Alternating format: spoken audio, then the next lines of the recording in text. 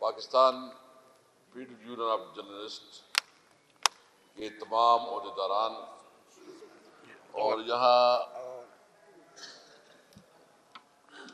صدر رانا محمد عظیم صاحب، general secretary Shakeel Ahmad صاحب اور سینئر صحافی جس کو ہم روزانہ سنتی بھی ہیں دیکھتی بھی ہیں، اور جو یہاں بیٹھے ہیں، میں ان کی منہ پہ تو نہیں کہتا لیکن یقین جانے ایک امید ہے اس وقت صرف صحافت کی نہیں، پاکستان کے لیے، کیونکہ اس وقت جو چیلنج ہے وہ پوری پاکستان کے لیے ہے۔ تو میں اپریشیٹ کرتا ہوں آپ کی صحافی برادری کو، اور خاص کر سینئر صحافی حضرات کو، جتنی بہادری سے یہ اپنا نقطۂ نظر اٹھا رہے ہیں، تو یہ قابل تحسین ہے۔ ہم خراج تحسین پیش کرتے ہیں تمام سے۔ ہم معذرت خواہ ہیں ایز اے پارلیمنٹیرین،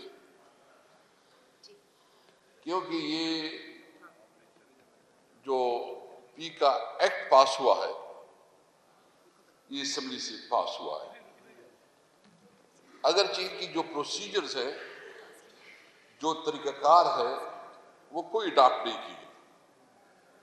یعنی ان کے پروسیجر تو یہ ہے کہ سب سے پہلے آپ جس کے متعلق قانون سازی کرتے ہیں تو اس کے لیے ضروری ہے کہ تمام اسٹیک ہولڈر کو آپ سن لیں، ان کو آپ آن بورڈ لیں، ان کے ساتھ مشاورت ہو، اگر ان کی کوئی کنسرن ہوتی ہے تو اس کو ایڈریس کیا جائے۔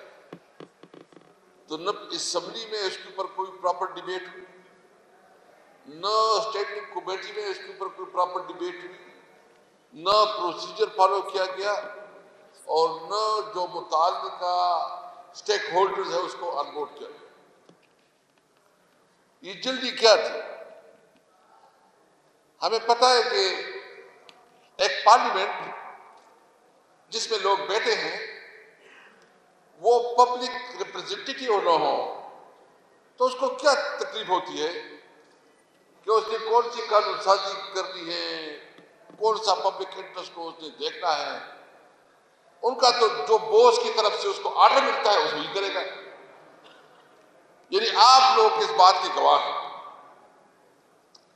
کہ 8 فروری کا مینڈیٹ قوم نے جس کو دیا اس کو مینڈیٹ سے محروم رکھا گیا، اور ایک جعلی لوگ جو مسترد شدہ ہے جس کو ریجیکٹ کیا گیا وہ پارلیمنٹ میں بیٹھ گئے ہیں۔ تو اس سے آپ کیا توقع رکھتے ہیں اس پارلیمنٹ سے؟ جو جسٹس محترم اسلام آباد ہائی کورٹ کے محسن اختر کیانی صاحب نے جو بات کی ہے میں اس کو سیکنڈ کرتا ہوں۔ بالکل پارلیمنٹ جو ہے نا ریڈنڈنٹ ہو گئی ہے، عملاً پارلیمنٹ وجود ہی نہیں ہے۔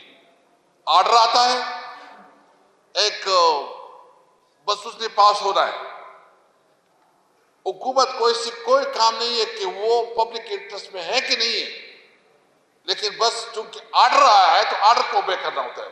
پارلیمنٹ کا کام تو پبلک انٹرسٹ کو سرو کرنا ہوتا ہے، پبلک انٹرسٹ کو پروٹیکٹ کرنا ہوتا ہے۔ یہ پارلیمنٹ وہ حیثیت وہ کیفیت وہ نہیں رکھتی۔ اس لیے ہم نے مطالبہ کیا ہے کہ فوری طور پر ری الیکشن کروائی جائے، فیئر اینڈ فری الیکشن ہو، وہ الیکشن جس میں تمام اسٹیک ہولڈر، تمام پولیٹیکل پارٹیز وہ متفق ہو، اور ایک ایسا میکینزم ہو کہ جس کے اوپر کسی کو ڈاؤٹ نہ ہو۔ تب جو قانون سازی آئے گی، اگر ایک ایسا پارلیمنٹ وجود میں آئے جو پبلک انٹرسٹ کو سر کرتے ہیں، جو پبلک نمائندگی کرتی ہے، تب کوئی توقع ہوگی کہ اس ملک میں وہ قانون سازی ہوگی جو عوام کی فلاح و بہبود کے مطابق ہوگی۔ یہ جو 26ویں آئینی ترمیم تو جو پہلے بنیادی انہوں نے لے کے آیا تھا وہ تو بہت ہی ڈفرنٹ ٹائپ کا، مولانا صاحب نے اس میں ایک کردار ادا کیا، لیکن ابھی جو 26ویں آئینی ترمیم کو جو مس یوز کر رہے ہیں، جس طرح عدالتوں کو یہ ابھی جو ہے نا ایگزیکٹو کا رول دے رہے ہیں، یعنی ابھی کوئی کسی کو یہ شک ہے کہ کسی عدالت سے کسی کو کوئی انصاف ملے گا؟ عملاً تو ابھی تو ایگزیکٹو ہی عدالت میں بیٹھیں گے، اور جو جج صاحبان تھوڑا انہوں نے جرت کی انصاف کی کوشش کی، میرٹ پہ پیسے نہیں کی، ان کو کنڈولائن کیا گیا۔ مجھے بتائیں اس وقت آپ کہاں جائیں گے؟ اگر آپ بات نہیں کر سکتے، اگر آپ بات کریں گے تو آپ کے خلاف FIR ہوگا، اور جب آپ عدالت میں جائیں گے تو عدالت میں بھی ایگزیکٹو بیٹھے گا، اور وہ جہاں ایگزیکٹو جیسے فیصلے کرے گا، جیسا آرڈر دے گا، وہ اس طرح ہوگا۔ تو اس کے خلاف اگر پوری قوم نہ نکلے تو پھر تو یہ بنانا ریپبلک ہے، پھر تو جنگل کا قانون ہے، پھر تو اس ملک میں نہ آئین رہا نہ قانون رہا۔ یہ ملک بالکل اس طرح ہے کہ اس میں اس طرح تو جانوروں کے ساتھ سلوک نہیں ہوگا جس طرح ہمارے شہریوں کے ساتھ سلوک ہوگا۔ بنیادی طور پر ہماری کانسٹیٹیوشنل رائٹس جو ہے، جو سٹیزن کی جو آئینی حقوق ہیں، وہ سلب کی گئی۔ آپ کا حق ہے کہ آپ پبلک میں اپنی رائے کا اظہار کریں، آپ کا حق ہے، قانون آپ کو حق دیتا ہے، آئین آپ کو حق دیتا ہے کہ آپ اپنا نقطہ نظر پیش کر سکیں۔ قانون اور آئین آپ کو حق دیتا ہے کہ آپ پیسفل پروٹیسٹ کریں، احتجاج کریں، جلسہ کریں۔ سب سے اس وقت اس شہریوں کو محروم رکھا گیا۔ اس وقت کیا ضرورت ہے؟ ہم انشاءاللہ تعالی آپ کی صحافی برادری کے ساتھ اس معاملے میں پوری آپ کے ساتھ ہیں۔ آپ جلسہ کریں گے، آپ کے ساتھ جلسہ کریں گے، آپ احتجاج کریں گے، آپ کے ساتھ احتجاج کریں گے، آپ جلوس نکالیں گے، آپ کے ساتھ جلوس نکالیں گے۔ یہ آپ اپنی جنگ نہیں، آپ اس قوم کی جنگ لڑ رہے ہیں۔ جب زبان بندی ہوگی تو پھر کیسے سوسائٹی تشکیل میں آئے گی؟ اچھا زئی صاحب نے بات کی کہ ہمارے صوبے میں اور خاص کر جو بارڈر ایریا ہیں اور بلوچستان میں جو سب صورتحال ہے، اگر آپ آنکھیں بند کریں اور کہتے کہ مجھے دکھائی نہیں دے رہا تھا، وہ تو آپ کی اپنی ضرب ہے، لیکن عمل اس وقت دو صوبوں میں جو دہشت گردی، یعنی تقریباً آپ کیلکولیشن کر لیں، ہر مہینے 100 سے زیادہ ہمارے فوجی اور پولیس جوان شہید ہو رہے ہیں۔